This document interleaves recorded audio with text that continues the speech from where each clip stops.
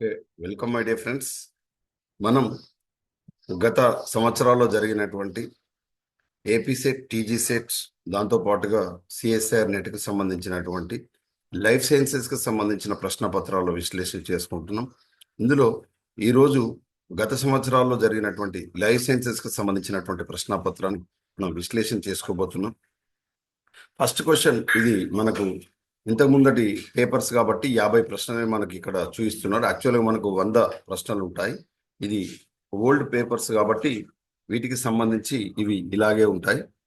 So first question మనం చూసుకున్నప్పుడు identify the component which does not participate in cytoskeletal function. అంటే ఏదైతే ఈ కణాస్థి పంజర నిర్మాణంలో తోడ్పడినటువంటి ఆ, ఉమ్, ఏది అంశం ఈ కింది వాటిలో ఏదని అడిగాడు. సైటోస్కెల్టన్ నిర్మాణంలో అంటే కణ అస్థిపంజర నిర్మాణంలో తోడ్పడినటువంటి అంశం. కణ అస్థిపంజరంలో తోడ్పడేటువంటి అంశాలు ఏమేమి ఉంటాయంటే యాక్టిన్ అనేటువంటి ప్రోటీన్స్, అదేవిధంగా మైక్రో ట్యూబ్యూల్స్, తర్వాత మైక్రో ఫిలమెంట్స్, ఇవన్నీ కూడా కణ అస్థిపంజరంలో మనకు డెఫినెట్గా పనిచేసేటువంటి అంశాలు. మరి కణ అస్థిపంజరంలో తోడ్పడినటువంటి అంశాలు ఏంటిదంటే మనకి ఇవ్వబడినటువంటి ఆప్షన్ కనుక మనం చూసుకున్నట్లయితే అందులో మనకు ఆన్సర్ క్రోమాటిన్ అని మనం చెప్పుకోవచ్చు. క్రోమాటిన్. సో క్రోమాటిన్ అనేటువంటిది మనకు క్రోమోజోమ్, ఇది క్రోమాటిన్ థ్రెడ్ అనేటువంటిది ఈ విధంగా కండెన్సేషన్ అయి అది భవిష్యత్తులో ఈ విధంగా క్రోమోజోమ్గా మారడంలో ఈ క్రోమాటిన్ థ్రెడ్ అనేటువంటి తోడ్పడుతుంది. ఇది కేంద్రకంలో ఉంటుంది. క్రోమాటిన్ థ్రెడ్ అనేటువంటిది కేంద్రకంలో ఉండేటువంటి మన నల్లని వర్ణంలో ఉండేటువంటి గాఢ వర్ణంలో ఉండేటువంటి దారపోజుల వంటి నిర్మాణాలు. కాబట్టి మైక్రోఫిలమెంట్ సూక్ష్మ తంతువులు, సూక్ష్మ నాళికలు, మైక్రోట్యూబ్యూల్స్, యాక్టిన్ అనేటువంటి ప్రోటీన్, ఈ మూడు మనకు సైటోస్కెలిటన్ నిర్మాణంలో సైటోస్కెలిటన్ చేసే పని, కణ అస్థిపంజరం చేసే పనిలో భాగస్వామ్యం ఉంటాయి. కానీ కణ అస్థిపంజరానికి చెందనిది అడిగింది కాబట్టి ఆన్సర్ క్రోమాటిన్. తర్వాత సెంట్రోజోమ్ అనేటువంటిది ఏంటి? సెంట్రోజోమ్ అనేటువంటిది ఏంటంటే cytoplasmic structure of both plant and animal cell. Centrosome అనేటువంటిది మనకు cytoplasmic structure of both plant and animal cell, మొక్కలు మరియు జంతువుల కణంలో ఉండేటువంటి ఈ సైటోప్లాజ్మిక్ స్ట్రక్చర్ అంటే కణద్రవ్యానికి సంబంధించినటువంటి నిర్మాణం. తర్వాత molecules present in are associated with tight junctions include all the following except. అయితే ఏదైతే అణువులు ఉన్నాయో ఈ అణువులు దృఢంగా గట్టిగా అమర్చబడి ఉంటాయి. ఏదైతే tight junctions including following except అంటే ఒకటి కానిది అన్నాడు, ఎక్సెప్ట్ అంటే ఒకటి తక్కువైంది అన్నట్టు కానిది అన్నాడు. కనెక్జిన్ కాకుండా రిమైనింగ్ అన్నీ కూడా మనకు including all the following except ఇది కనెక్జిన్ తప్ప మిగతా అన్నీ కూడా అంటే occludin and claudin, ZO1, ZO2, ZO3 and cytoskeletal linking proteins and actin, ఇవన్నీ కూడా మనకు ఈ టైట్ జంక్షన్స్లో మనకు అనుసంధానించబడి ఉండేటువంటి మనకు ముఖ్యమైనటువంటి అంశాలు. కనెక్జిన్ అనేటువంటిది కాదు. ఎక్సెప్ట్ అన్నాడు కాబట్టి సరైన సమాధానం 3. ఫోర్త్ చూడండి, the following are true of S phase except అన్నాడు. చూడండి తప్ప, ఇది తప్ప అనమాట. ఎస్ ఫేజ్ మనకు తెలుసు. ఇంటర్ఫేజ్లో మనకు అంతర్దశలో 3 దశలు ఉంటాయి. ఇంటర్ఫేజ్లో G1, S, G2 అనే 3 ఉపదశలు ఉంటాయి. 3 sub phases which we are observed in interphase. ఇందులో ఎస్ ఫేజ్కు సంబంధించి నిజమైంది అని అడిగాను, ఒకటి తప్ప అన్నాడు. చూడండి, cells will not leave S phase until DNA has been completely replicated. DNA ప్రతికృతి చెందందే సెల్స్ అనేటువంటివి ఎస్ ఫేజ్ను దాటి వెళ్ళవు. It can be studied through fusion with cells in other stages. ఇవి ప్రత్యేకించి ఈ ఫ్యూజన్కు సంబంధించినటువంటి ఏదైతే ఈ సంయోగం చెందించడం ద్వారా కణాలలో ఇతర దశలను గురించి మనం అధ్యయనం చేయవచ్చు. It represents an opportunity to label a cell with radio active nucleotides. మనకు రేడియో యాక్టివ్ న్యూక్లియోటైడ్స్ ఉపయోగించి మనకు లేబులింగ్ చేసేటువంటి అవకాశం ఇందులో దొరుకుతుంది. మరి ఇక్కడ ఎక్సెప్ట్ అన్నాడు. ఎస్వేజ్కి చెందినది ఏంటిదంటే replication is initiated solely by nuclear events. కాబట్టి న్యూక్లియర్ ఈవెంట్స్కి సంబంధించి రెప్లికేషన్ అనేటువంటిది, ప్రతికృతి అనేటువంటిది is initiated solely by nuclear events. Nuclear events తర్వాత ఉండదు, కేంద్రక దశలోనే. అంటే కేంద్రక దశ జరిగేటువంటి కేంద్రకంలో జరిగేటువంటి విభజనల కంటే ముందే ఈ ఎస్ ఫేజ్ అనేటువంటి జరగాలి, లేదా తదనంతరం జరగాలి. కానీ ఇక్కడ ఏమంటున్నాడు, initiators relieve by nuclear events. కాబట్టి ఆన్సర్ ఏబిసి వీటికి సంబంధించి ట్రూ అని చెప్పుకోవచ్చు. ఎక్సెప్ట్ అంటే ఎస్ ఫేజ్ లో ఎక్సెప్ట్ ఏంటిదంటే డి, ఇది తప్ప మిగతా అన్ని కూడా ట్రూ అన్నమాట. Next, B cells can express on their surface.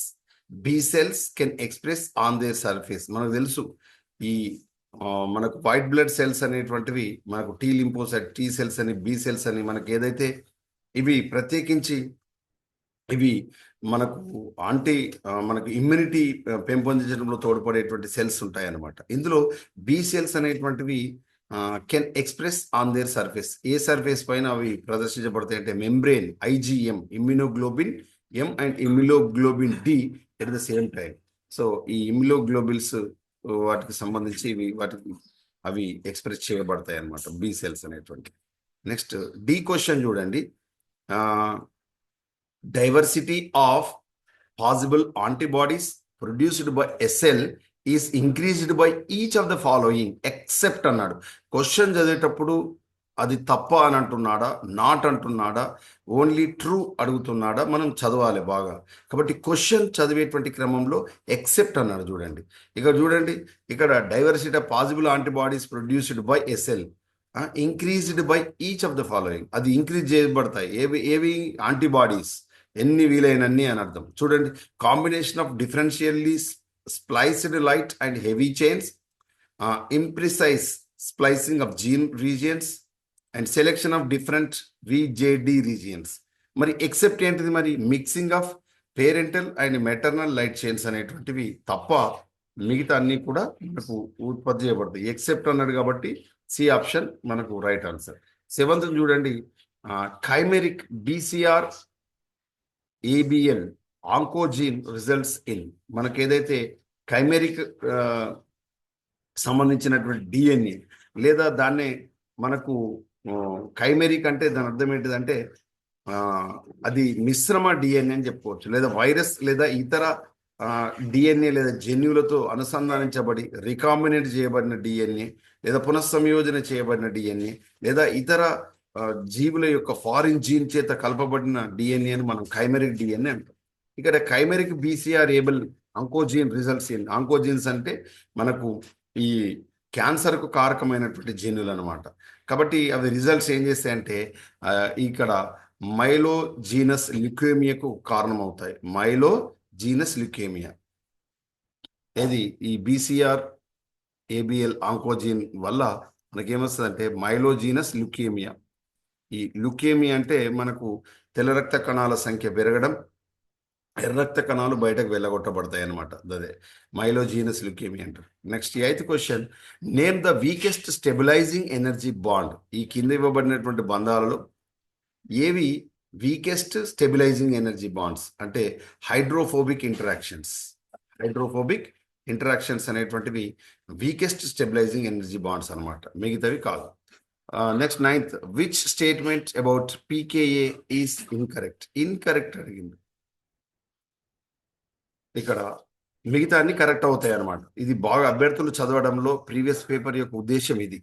Incorrect అడిగిండు, మిగతా అన్ని కరెక్టే కదా, రేపు కరెక్ట్ అడుగుతాడు, మిగతా అన్ని ఇన్కరెక్ట్ ఇస్తాడు. కాబట్టి వీటి గురించి మనం చదివే విధానంలో ఎలిమినేట్ విధానంలో అంటే 3 అంశాలు కూడా చదవాల్సి ఉంటుంది. చూడండి, PKA is the pH at which concentration of protonated and unprotonated form of an amino acid are equal. Buffering capacity with respect to both hydrogen means proton and hydroxyl is higher at PKA. The higher the PKA, the less acid the substance. ఇక్కడ incorrect ఏంటిదంటే ఇక్కడ B, PKA is constant and independent of temperature అనేటువంటిది incorrect. 10th చూడండి, which of the following statements is incorrect. ఇది కూడా ఇన్కరెక్ట్దే అడిగాడు. ఇక్కడ ఫస్ట్ కరెక్ట్ అనేది చదువుదాం. Tryptophan and methionine are encoded by just 1 codon. Every nucleotide triplet codon and amino acid. The third position in a codon is highly variable. ఇవన్నీ genetic కోడ్కు సంబంధించినటువంటి స్టేట్మెంట్లు. మరి కానిది ఏంటిది? 20 different codons represents the genetic code. 20 కాదు, 21 codons ఇక్కడ మనం గుర్తుపెట్టుకోవాలి. 21 20 ఇచ్చాడు కాబట్టి 20 different codons represents the genetic code అనేటువంటిది తప్పు. 21 ఉంటాయి, గుర్తుపెట్టుకోవాలి. కాబట్టి సరైన సమాధానం అంటే ఇన్కరెక్ట్ది ఏంటిదంటే ఏ. 11 చూడండి, ఏ కాంపిటేటివ్ ఇన్హిబిటర్ అంటే పోటీ నిరోధకం. ఇది ఎంజైమ్కు సంబంధించినటువంటి పోటీ నిరోధకంగా కింది వాటిలో దేన్ని తీసుకుంటారు అంటే అది ఏం తెలియజేస్తుంది అంటే ఇంక్రీజ్ కేఎం వాల్యూ. ఇదే మైకేలిస్ మెంటేలిన్ కాన్స్టాంట్ అంటాం కదా, ఆ కేఎం ఫర్ సబ్స్ట్రేట్ ఇది దీనికి సంబంధించి ఏ కాంపిటేటివ్ ఇన్హిబిటర్. తర్వాత without cofactor of an enzyme అంటే సహకారకం లేనటువంటి ఎంజైమ్ ఏ విధంగా ఉంటుంది అని అన్నాడు. సహకారకం లేనటువంటి enzyme the catalysis is decreased అంటే దాని యొక్క ఉత్ప్రేరక సామర్థ్యం అనేటువంటిది తగ్గుతుంది. కోఫాక్టర్ ఉన్నటువంటి ఎంజైమ్ యొక్క ఉత్ప్రేరకత ఎక్కువ అవుతుంది అన్నమాట. ఇది గుర్తుపెట్టుకోండి. నెక్స్ట్ 12th లెక్టిన్స్ అనేటువంటి ఏంటి అంటే ప్రోటీన్స్. గుర్తుపెట్టుకోండి, లెక్టిన్స్ ఏంటిది? Are able to recognise specific sugar residue. Lectins అనే ప్రోటీన్స్ ఏం తెలియజేస్తాయి? Are able to recognise specific sugar residue. ఈ లెక్టిన్స్ అనేటువంటి ప్రోటీన్స్ ఎక్కడ విడుదలైతే అంటే గుర్తుపెట్టుకోండి, రూట్ నాడ్యూల్స్ ఫార్మేషన్ సమయంలో ఏదైతే మనకు లెగ్యుమినేసి కుటుంబానికి సంబంధించినటువంటి మొక్కల యొక్క వేర్లు ఏది ఈ ప్రాంతంలో బ్యాక్టీరియాలను ఆకర్షించడానికి విడుదల చేసేటువంటి ప్రత్యేకమైనటువంటి ప్రోటీన్సే లెక్టిన్స్ అనేటువంటి ప్రోటీన్స్. ఇవి గుర్తుపెట్టుకోవాలి. అవి ఏం చేస్తాయంటే able to recognise specific sugar reduce. Bacterias attract కావడానికి, బ్యాక్టీరియాలు దీన్ని గుర్తించడానికి మనకు లెక్టిన్స్ అనేటువంటి అంశం ఇక్కడ మనం గుర్తుపెట్టుకోవాలి. Next structure of glycogen includes.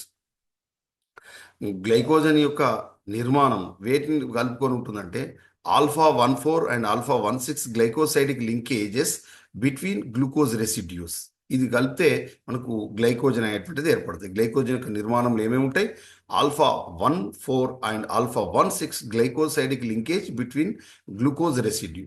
Alpha 14 and alpha 16 glycosidic linkage between glucose residue కలిపితే గ్లైకోజన్ స్ట్రక్చర్ అనేటువంటిది వస్తుంది. నెక్స్ట్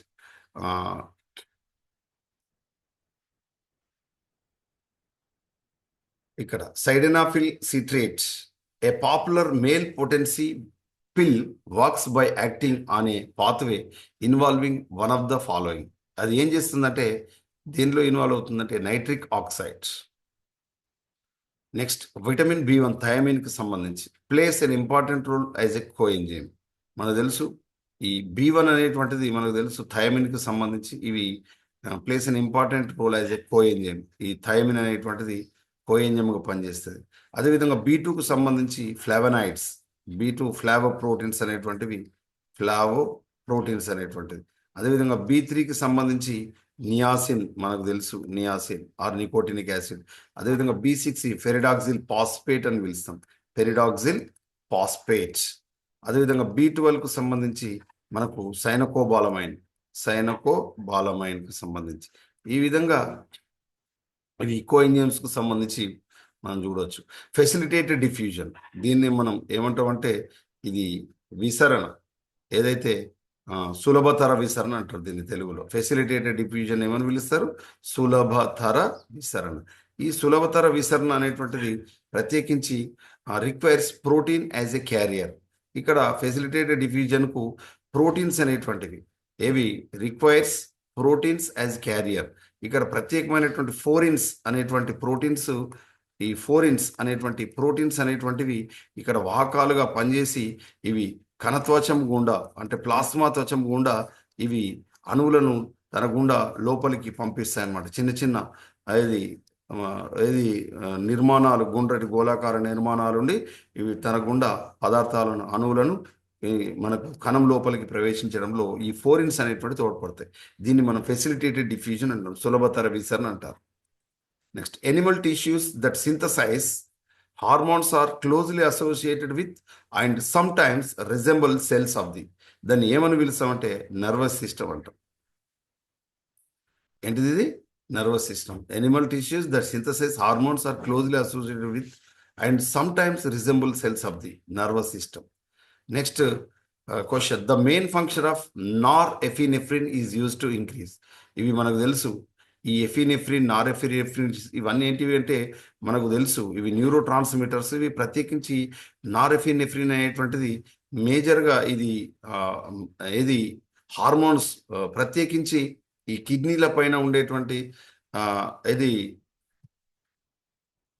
ఈ అడ్రినల్ గ్లాండ్స్ అనేటువంటివి అవి ఉండి అవి ఎపినిఫ్రిన్, నారెఫినిఫ్రిన్ అవి ఇటు విడుదల చేయడం జరుగుతుంది. ఇవి మెయిన్గా బ్లడ్ ప్రెషర్ను ఇంక్రీజ్ చేయడంలో నారెఫినిఫ్రిన్స్ అనేటువంటి తోడ్పడతాయి. తర్వాత which of the following vegetarian meals will supply all essential amino acids in about the correct proposition for synthesizing human proteins. ఇక్కడ మానవునికి తోడ్పడడానికి ఉపయోగపడేటువంటి proportion for synthesising human proteins, మానవుల్లో ప్రోటీన్స్ తయారీకి సంబంధించి మొక్కలకు సంబంధించినటువంటి ప్రోటీన్స్ అనేటువంటివి vegetarian meals will supply essential amino acids, ఆవశ్యకరమైన అమైనో ఆమ్లాలను ఏవి సప్లై చేస్తాయి కింది వాటిలో అంటే గుర్తుపెట్టుకోండి, బీన్స్ అండ్ రైసా లేదా పీస్ అండ్ బీన్సా అంటే ఇవ్వబడినటువంటి వాటికి సంబంధించి కరెక్ట్ ప్రపోజిషన్కి సంబంధించి ఇవ్వబడినటువంటి సమాధానం బీన్స్ అండ్ రైస్. యాక్చువల్గా లెగ్యుమినేసి కుటుంబానికి సంబంధించిన వాటిలో మనం గమనిస్తే పీస్ అండ్ బీన్స్ ఉంటాయి, కానీ ఇవ్వబడిన ఆన్సర్ గవర్నమెంట్ దాని ప్రకారం ఇది ఇవ్వడం జరిగింది. ఇది అభ్యర్థులు గమనించాలి.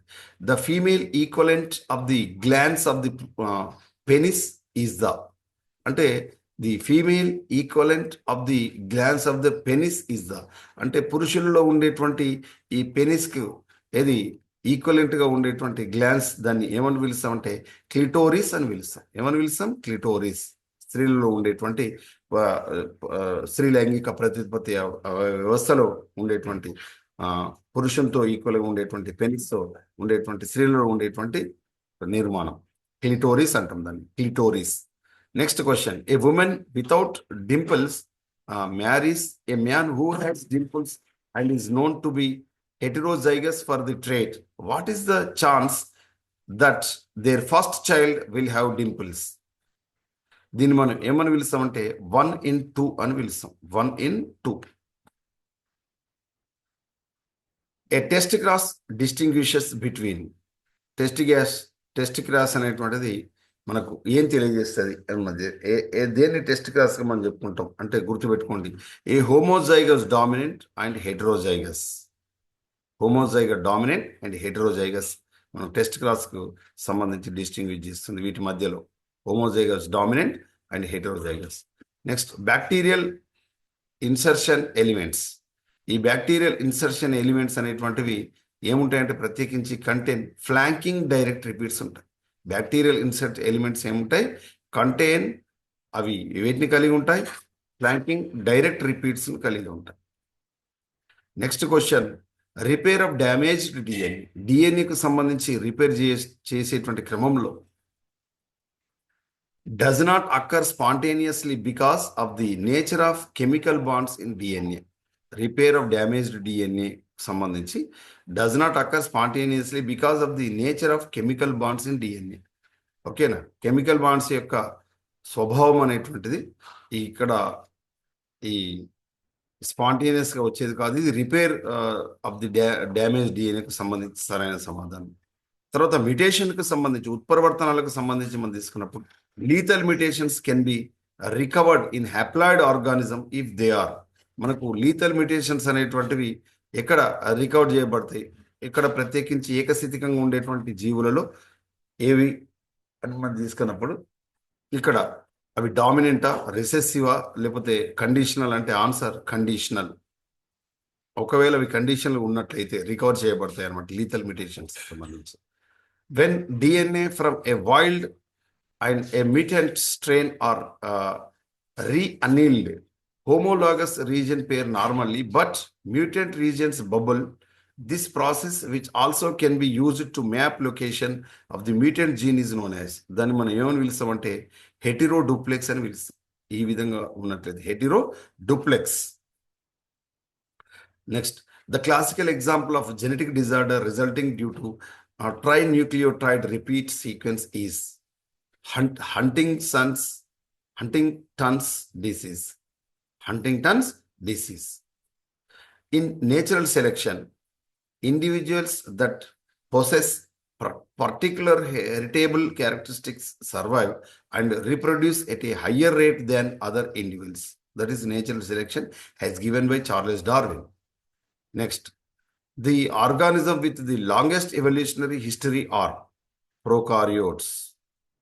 ప్రొకార్యోట్స్ యొక్క మనకు ఆవిర్భావం అనేటువంటిది ఎక్కువగా కాలం పట్టినటువంటి చరిత్ర ఉంది. యూకారియోట్స్ కాదు, వేరే జీవులు మొక్కలు కాదు, ప్రొకారియోట్స్ కు సంబంధించి. 2 large populations of a species found in nearby but different environments are observed to become genetically more similar over a period of time. Which evolutionary mechanism is the most likely cause of such trend? దాన్ని మనం ఏమని పిలుస్తాం? Gene flow అంటామా, genetic drift అంటామా, natural selection అంటామా, non random mating అంటామా అంటే answer gene flow. The studies of homology hit method suggest the origin of nucleus from. దీన్ని ఏమని పిలుస్తామంటే symbiosis of archaeo and eubacterium. Next, photorespiration can be easily detected in maize. ఎందుకు wheat, peanut, gram మనం ఎందుకు చెప్పుకోమంటే ఇవి మనకు జనరల్గా ఈ కాంతి శ్వాసక్రియ అనేటువంటిది మొక్కజొన్నల్లో మనం సులభంగా గుర్తించగలుగుతాం. జిబ్బరెలిక్ యాసిడ్ కెనాట్ ఏం చేయదు అని అంటున్నాం. చూడండి, గుర్తుపెట్టుకోండి. జిబ్బరెలిక్ యాసిడ్ అనేటువంటిది ఫైటో హార్మోన్. మొక్కల్లో ప్రత్యేకించి ఈ రీప్లేస్ లో టెంపరేచర్ రిక్వైర్మెంట్, శీతల పూర్వ అభిచర్య జరపడంలో తోడ్పడుతుంది. ప్రమోట్ బోల్టింగ్ అండ్ రోజెటిస్, మనకు పొట్టిగా ఉండేటువంటి ఇది క్యాబేజీ కానీ క్యాలీఫ్లవర్ కానీ లేదా ఇతర మొక్కలను పొడుగా పెంచడంలో, కణమాధ్యమాలు పెంపొందించడంలో తోడ్పడుతుంది. బ్రేక్ సీడ్ డార్మెంట్స్ అంటే విత్తన సుప్తావస్థను తొలగిస్తుంది. మరి ఏంటిది ఇది? Inhibit flowering in long day plants. ఇది కాదు, కెనాట్ అన్నాడు. కాబట్టి లాంగ్ డే ప్లాంట్స్లో పుష్పోత్పత్తిని ప్రేరేపించదు. కాబట్టి ఇది కెనాట్ అన్నాడు, కాబట్టి ఇది సరైన సమాధానం. మిగతా 3 జిబ్రెలిక్ యాసిడ్ చేసే పనులే. శీతల అభిచర్య, పూర్వ శీతల అభిచర్య చేస్తుంది. తర్వాత బోల్టింగ్ అంటే పుష్పించక మొదలు కణమాధ్యమాలు పొడవు పెరగడాన్ని బోల్టింగ్ అంటారు. రోజెట్టి సంబంధించి బ్రేక్ సీడ్ డార్మెన్సీ, విత్తన సుప్తావస్థను తొలగిస్తుంది. Next, cytochrome sequences are commonly used to study the. మనకు సైటోక్రోమ్ యొక్క వరుస క్రమాలు మనం తీసుకున్నప్పుడు ఇవి కామన్లీ యూజ్డ్ టు స్టడీ. వీటిని అధ్యయనం చేయడానికి తోడ్పడతాయి. అంటే ఫైలెటిక్ ఇంటర్ రిలేషన్షిప్, ఏదైతే ఈ ఫైలెటిక్ అంటే మనకు ఈ వర్గ వికాసానికి సంబంధించినటువంటి బంధాలను, వాటి మధ్యలో ఉండేటువంటి ఈ రిలేషన్ను మనం సహసంబంధాలను కనుక్కోవడానికి అది తోడ్పడుతుంది. ఇది అభ్యర్థులు గమనించాలి. Next, which of the following can contribute to the formation of a desert. అంటే ఇక్కడ ఈ డిజర్ట్ ఏర్పడడంలో ఈ కింది వాటిలో ఏవి తోడ్పడతాయి అని మనం తీసుకున్నప్పుడు బోత్ బి అండ్ సి. చూడండి, రెయిన్ షాడో, అసలు వర్షాలు లేకపోవడం. Cool dry air that sinks towards earth at about 30 degree latitude. ఈ 3 ఈ రెండిటి వల్ల మనకు ఏమవుతుందంటే డిజర్ట్ ఏర్పడంలో కారణం అవుతుంది. Next, a population that is growing exponentially increases. ఈ పాపులేషన్ అనేటువంటిది ఎక్కువ మొత్తంలో పెరిగినట్లయితే by a constant number each generation, ప్రతి తరంలో స్థిరంగా సంఖ్య పెరిగినప్పుడు ఆటోమేటిక్గా పాపులేషన్ అనేటువంటి ఎక్స్పోనెన్షియల్లీ ఇంక్రీజ్ కావడం అనేటువంటి జరుగుతుంది. A directional process of species replacement over a period of time in communities called. దీన్ని మనం ఏమని పిలుస్తాం? A directional process of species replacement over a period of time in a community. దీన్ని ఏమని పిలుస్తామంటే సక్సెషన్ అంటారు, అనుక్రమం అని పిలుస్తారు. Next, in all ecosystem what type of organism consume 50% or more NEPP, national primary productivity. దీన్ని మనం ఏమంటాం అంటే హెర్బివోర్స్ అంటాం. ఏవి? హెర్బివోర్స్ అనేటువంటి జీవులు 50% వరకు నేషనల్ ప్రైమరీ ప్రొడక్టివిటీని మనకు చూపిస్తాయి ఆవరణ వ్యవస్థలు. The process by which microbes bring about alteration of pesticides without deriving any carbon and energy is called. దీన్ని ఏమని పిలుస్తాం అంటే కోమెటబాలిజం అని పిలుస్తాం. Cometabolism. Next 41 BOD biological oxygen demand. ఈ biologically oxygen demand of waste water represents a measure of. దేన్ని కొలవడానికి తోడ్పడుతుంది BOD అంటే బయలాజికల్లీ ఆక్సిడైజేబుల్ ఆర్గానిక్ మ్యాటర్. అంటే సింపుల్ చెప్పాలంటే నీటి యొక్క కాలుష్యాన్ని తెలుసుకోవడానికి, అందులో మొక్కలకి, అందులో ఉండే జీవులకు ఎంత మొత్తంలో ఆక్సిజన్ అవసరమవుతుంది. BOD ఎక్కువ అవసరమైతే ఎక్కువ పొల్యూషన్ అయినట్టు, BOD తక్కువ అవసరమైతే తక్కువ పొల్యూషన్ అయినట్టుగా మనం భావించాలి. తర్వాత which of the following occurs during final treatment of the effluent from a sewage treatment plant. దీన్ని మనకు ఫైనల్ ట్రీట్మెంట్కు సంబంధించి క్లోరినేషన్ ప్రాసెస్ అనేటువంటిది చేస్తాం. Next question, which of the following is not a level of a Linnaean in hierarchy అన్నాడు. ఇక్కడ లినియన్ హైరార్కీకి సంబంధించి కానిది ఏంది అంటే కరోలస్ వన్ లినియస్ ఏదైతే ఇచ్చిండో దానికి సంబంధించి చెందనిది ఏదన్నాడు. ఆయన యొక్క వరుస క్రమంలో, ఆయన యొక్క పరిణామ క్రమానికి సంబంధించి క్లాస్, తర్వాత స్పీసీస్, ఫైలము ఇవన్నీ ఉంటాయి. గ్రూప్ అనేటువంటిది లేదు లినియస్కి సంబంధించి. ఇక్కడ నాట్ అన్నాడు, చెందనిది అన్నాడు. The most powerful tool being studied by systematist today is ఏంటిదంటే ఇక్కడ డిఎన్ఏకు సంబంధించి మనకు మోస్ట్ పవర్ఫుల్ అంశం. The known species of insect number is in the ఏంటిదంటే హండ్రెడ్స్ ఉంటాయా, మిలియన్స్ ఉంటాయా, బిలియన్స్ ఉంటాయా, తెలిసినవి అంటే థౌజండ్స్ ఉంటాయి. తెలిసిన జాతులు, తెలిసిన కీటకాల జాతులు తెలియని చాలా ఉంటాయి. సో అతిపెద్ద వర్గం ఏంటిదంటే ఇన్సెక్టా. మనకు తెలుసు ఇన్సెక్ట్స్ అనేటువంటిది మనకు ముఖ్యంగా ఆర్థ్రోపోడాకు సంబంధించి ఎక్కువ అతిపెద్దది అనమాట prokaryotes. A favourable relationship in which only one organism is benefited is అంటే మనకు ఇది మ్యూచువల్ సంబంధించి రెండు జీవులు ఉన్నప్పుడు రెండు జీవుల్లో రెండు జీవులు లాభపడితే దాన్ని సింబయోసిస్ అంటాం. ఒక జీవి లాభపడి మరొక జీవి లాభం కానీ నష్టం కానీ జరగకపోతే అంటే లాభం ఉండదు, నష్టం ఉండదు, ఏది ఉండకపోతే దాన్ని కమెన్షియలిజం అంటారు. రెండు లాభపడితే సింబయోసిస్ అంటారు. ఇందులో ఒకటి లాభపడి ఇంకోటి ఖచ్చితంగా నష్టం జరిగితే దాన్ని మనం పారాసైటిజం అంటారు. సో ఇక్కడ సింబయోసిస్ అనేటువంటిది రెండు జీవులు లాభపడతాయి. కమర్షియలిజం ఒక జీవి లాభపడుతుంది, మరొక జీవి లాభం కానీ నష్టం కానీ ఉండదు, జీరో. పారాసైటిజంలో ఒక జీవి ఖచ్చితంగా లాభపడుతుంది, ఒక జీవి ఖచ్చితంగా నష్టపోతుంది. ఇదంతా మనకు మ్యూచువలిజంలో మనం చెప్పుకుంటాం. Biodiversity can be tested best defined by. బయోడైవర్సిటీని ఏ విధంగా మనము నిర్వచించవచ్చు అంటే స్పీసీస్, జీనోమ్, హ్యాబిటాట్. ఈ మూడు అంశాల ఆధారంగా బయోడైవర్సిటీని మనం నిర్వచించవచ్చు. Species, genome, habitat. Next, species most vulnerable to extinction from human activities are those with. ఏంటిది ఇది? మనకు ఈ మానవుని చర్యల వల్ల ఎక్కువగా ఎక్స్టింక్షన్ అవుతాయి. ఎక్స్టింక్షన్ అంటే మనకు అవి అంతరించిపోతాయి అన్నమాట. ఏది most vulnerable species, most vulnerable human activities వల్ల.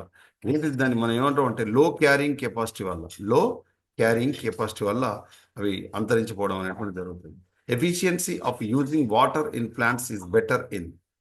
ఏవి ఎక్కువగా నీటిని మనం అవి వినియోగించుకుంటాయంటే C4 plants.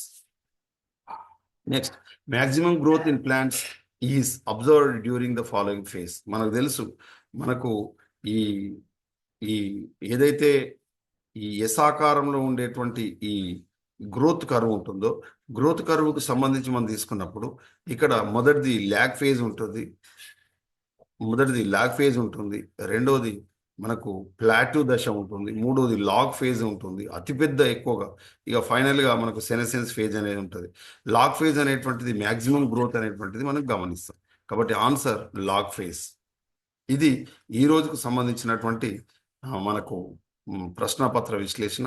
So my dear friends, I will stop here. Remaining topic will discuss tomorrow class. I will stop here. I wish you all success, my dear friends.